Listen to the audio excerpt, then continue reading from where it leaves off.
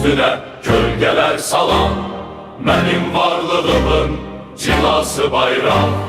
Seferden doğulmuş Göytürk'ten kalan, kurbaşlı bayrağın balası bayrak. Torpağın üstüne gölgeler salan, benim varlığımın cilası bayrak.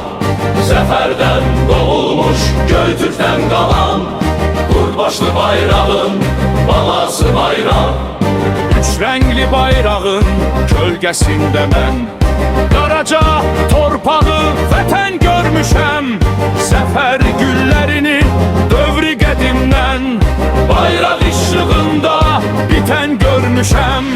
Torpağın üstüne gölgeler salan, benim varlığımın cilası bayrak. Seferden doğulmuş Göytürk'ten kalan, kurbaşlı bayrağın balası bayrak. Bayrak mənliyimdir, bayrak kimliyim. Bayrak öz yurduma, öz hakimliyim. Harda əcdadımın ayaq izi var. Bu zəfər bayrağım orada dikəlsin. Keçdiyi yerlərdə dağlar, yamaçlar onun huzuruna salama gəlsin. Tarixdən qədimdir, zamandan qoca, mənim bayrağıma sancılan hilal.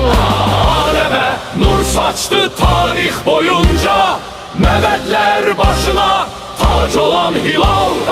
Daim ucalasan savaş gününde, əskər silahıyla səni tən görüm. Yalnız zəfər çalmış şəhid önündə, səni alqış üçün əylən görüm.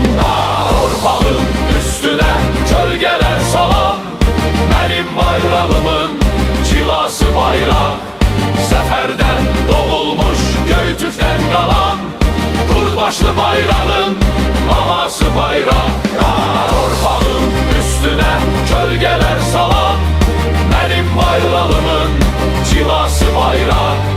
Seferden doğulmuş Göytürk'ten kalan, kurbaşlı bayrağın balası bayrak. Kurbaşlı bayrağın balası bayrak. Kurbaşlı bayrağın balası bayrak.